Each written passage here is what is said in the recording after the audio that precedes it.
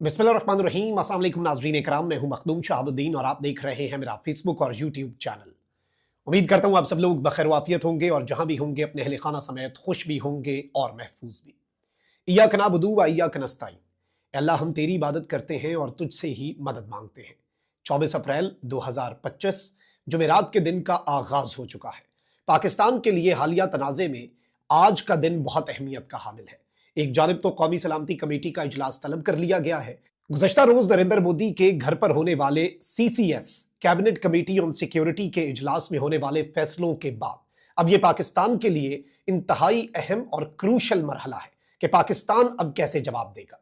भारत ने कल जो भी ऐलानात किए, बाकी तो कोई ऐलान इतना मैटर नहीं करता। डिप्लोमेटिक मामलात खराब होते रहते हैं, वीजों पे पाबंदी लगती रहती है, लोगों को मुल्क छोड़ने का कहा जाता रहा है, लेकिन भारत ने इंडस वाटर ट्रीटी, सिंध तास मुआहिदा, जो कि आलमी बैंक की सालसी से हुआ, वो मुअत्तल करने का ऐलान किया। 65 साल पुराना जो मुआहिदा है, भारत ने वो खत्म कर दिया। अब इस सब के अंदर पाकिस्तान के हाथ में भारत की एक ऐसी रग आ गई है और इस सब में बहुत इंपॉर्टेंट डेवलपमेंट्स हैं जो मैंने आपके सामने रखनी है, क्योंकि अगर भारत ने सिंध तास मुआहिदा खत्म किया है तो पाकिस्तान शिमला मुआहिदा, शिमला एग्रीमेंट जो है वो भी खत्म कर सकता है। इस हवाले से LOC और सियाचिन की जो फर्जी लकीरें हैं वो मिटने का इस वक्त करीब से करीब तर आता जा रहा है। मेरे पास कुछ बड़ी एक्सक्लूसिव डिटेल्स हैं और सिंध तास मुआहिदे का तो आपको पता चल गया होगा। ये शिमला एग्रीमेंट क्या है और किस तरह से भारत की गर्दन दबोचने का एक बहुत ही नादिर मौका पाकिस्तान की हुकूमत के पास, पाकिस्तान की कौम के पास है। और जाहिर बात है, एक चीज तो मैं पहले कह दूं कि आज कौमी सलामती कमेटी का जो इजलास तलब किया गया है, जिसमें सिविल मिलिट्री लीडरशिप मौजूद होगी।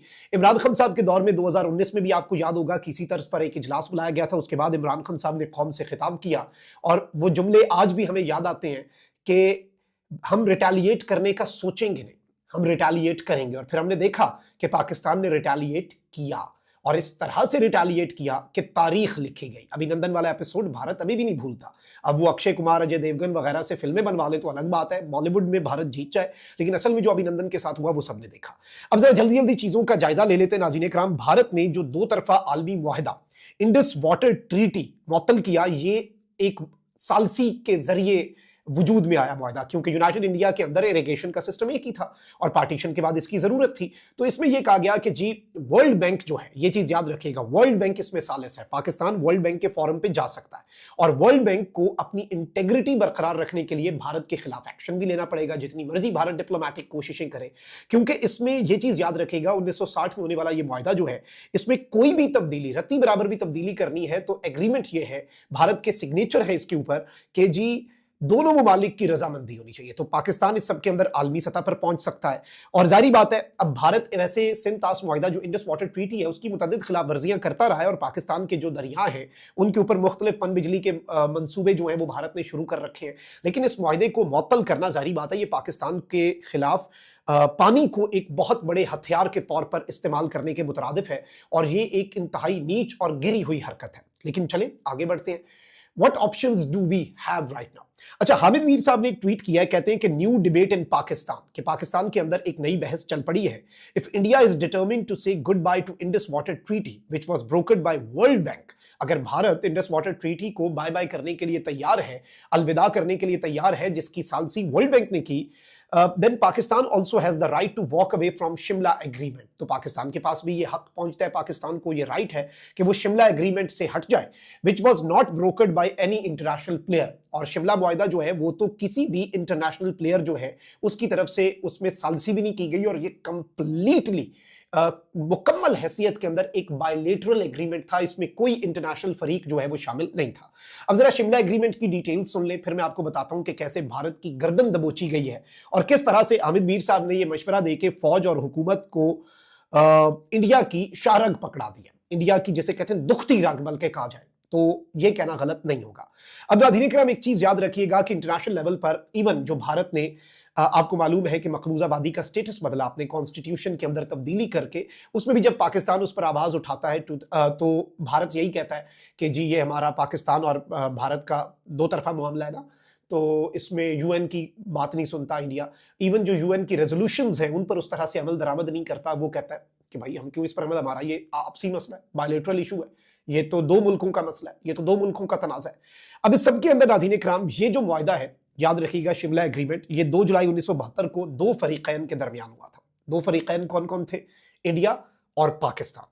कोई सालिस नहीं, कोई गारंटर नहीं, कोई ब्रोकर का किरदार अदा करने के लिए आलमी इदारा या आलमी ताकत नहीं, कंप्लीटली बायलेटरल। आगे सुने, इस पे साइन किसने किए? पाकिस्तान के उस वक्त के वजीर आजम जुल्फिकार अली भुट्टो और भारत की जानिब से इंदिरा गांधी ने। पर्पज क्या था, वजह क्या थी, मकसद क्या था शिमला एग्रीमेंट का? 1971 की जंग के बाद ताल्लुकात को बेहतर बनाना इसका एक मकसद था, अमन कायम करना इसका एक मकसद था, और तमाम तर तनाज़ात जो है उन्हें दो तरफा बातचीत से हल करना इसका मकसद था। अब ये चूंकि किसी भी आलमी सालसी के बगैर हुआ था, तो ये याद रखिएगा कि पाकिस्तान जो है, अब चूंकि भारत ने एक ऐसा मुआहदा जो कि वर्ल्ड बैंक की सालसी से हुआ उसे मुअत्तल कर दिया है, and India has decided to walk away from that agreement, जिसमें पाकिस्तान अभी वर्ल्ड बैंक के पास जा सकता है, तो पाकिस्तान के पास ये राइट है कि वो वर्ल्ड बैंक के पास भी जाए, और इन द मीन टाइम वो मुआहदा जिसमें कोई इंटरनेशनल, भारत के पास तो उसमें कोई फॉरम नहीं होगा कि वो जाकर कहे हमारा मुआहदा हुआ। पाकिस्तान जो शिमला एग्रीमेंट है जब उसे खत्म करता है, तो बेसिकली भारत शिमला एग्रीमेंट को कैसे यूज करता है, ये याद रखिएगा। भारत शिमला एग्रीमेंट को इस मुआहदे के तहत कहता है कि जी जो आलमी मुख्तलिफ महाज हैं या इंटरनेशनल राइट्स, ह्यूमन राइट्स के जो मामलात जब उठाए जाते हैं या मकबूजाबादी के स्टेटस पे बात की जाती है, और हक़ खुद इरादियत जो अक़वाम मुत्तहिदा की करारदादें हैं कि कश्मीरियों के पास राइट टू सेल्फ डिटर्मिनेशन है, जो राइट टू सेल्फ डिटर्मिनेशन का मामला है, ये याद रखिएगा, आई रिपीट, उस पर जो यूएन की रेजोल्यूशंस हैं उन पर भारत अमल दरामद क्यों नहीं करता? जब जब उस पर अमल दरामद की बात आती है तो इंडिया का रिस्पॉन्स ये होता है कि जी शिमला एग्रीमेंट के मुताबिक पाकिस्तान ने इसके ऊपर साइन किए हुए हैं, 1972 में ये एग्रीमेंट हुआ था, इसके मुताबिक तमाम मसाइल जो पाकिस्तान इंडिया के दरमियान है वो सारे के सारे मसाइल जो है ना वो दो तरफा। जब वो दो तरफा है तो उसमें तीसरे फरीक की हम बात सुनेंगे नहीं, ना किसी आलमी ताकत की, ना किसी आलमी फॉरम की, ना किसी अक़वाम मुत्तहिदा की करारदाद की। वो कहते हैं कि भाई उसकी टके की हैसियत नहीं है, उसकी कोई हैसियत नहीं है, वो रद्दी की टोकरी में हम करारदादों को फेंकते हैं क्योंकि शिमला एग्रीमेंट जो है वो इंटैक्ट है। अब इसके बाद अगर पाकिस्तान जो है वो इस एग्रीमेंट से वॉक अवे करने का फैसला करता है, तो उसके बाद भारत के पास जो एक नुक्ता था जिसके ऊपर भारत खेल रहा है पिछले कितने अरसे से, वो एक पॉइंट भारत के हाथ से जा सकता है, और भारत जो है इस सब के अंदर, पाकिस्तान जो है एक मरतबा फिर अक़वाम मुत्तहिदा की करारदादों से रुजू करना, ये पाकिस्तान के पास ऑप्शन होगा, और इंडिया जो है वो ये नहीं कह सकेगा कि भाई इस तरह से चीजें हम और इंडिया के और मकबूजा वादी का मसला फिर एक दो तरफा मसला रहेगा ही नहीं।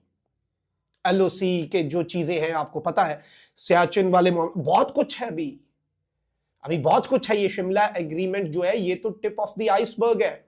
आपको लगता है कि भाई पत्ते हमारे हाथ में है ही कोई नहीं, बहुत से कार्ड्स हैं, और जो इंटरनेशनल लेवल पे आप लोगों को फिर सुबकी होगी।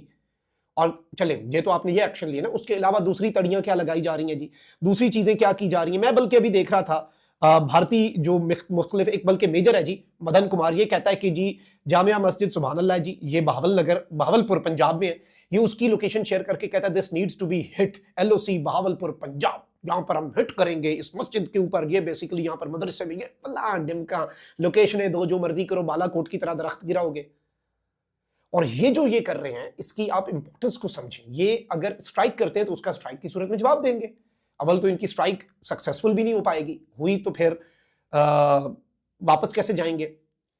बालाकोट में जहाज गिरा, पे लोड जल्दी जल्दी गिरा के जब भागे थे तो आपने तो दरख्त गिराए थे, उसके बाद आपने तारीख की सबसे महंगी तरीन चाय पी, पूरा अपना जेट गिरा के। अब बड़ी बातें हो रही हैं कि हम अपने रफेल यहाँ पे ट्राई करेंगे, फलाना त्यारा ट्राई करेंगे, ये करेंगे वो करेंगे, लेकिन ऑब्वियसली यहाँ पे कोई चूड़ियां पहन के तो बैठा कोई नहीं हुआ। पूरी रात पाकिस्तान एयरफोर्स आपका इंतजार करती रही है कि आप आए। हम अमन की बात करते हैं, हम पुरअमन रहना चाहते हैं, हम डी एस्केलेशन की बात करते हैं, लेकिन ऑब्वियसली जब एक मुल्क के खिलाफ आप जारियत करेंगे तो फिर वो मुल्क रिटेलिएट तो करेगा। और इस सब के अंदर ये चीज याद रखिएगा, ये जो शिमला एग्रीमेंट वाला मैंने नुक्ता आपके सामने रखा ना, ये बहुत बड़ा हथियार पाकिस्तान के हाथ में है। Just keep that in mind. अपना बहुत ख्याल रखिए। अल्लाह निगहबान। पाकिस्तान जिंदाबाद।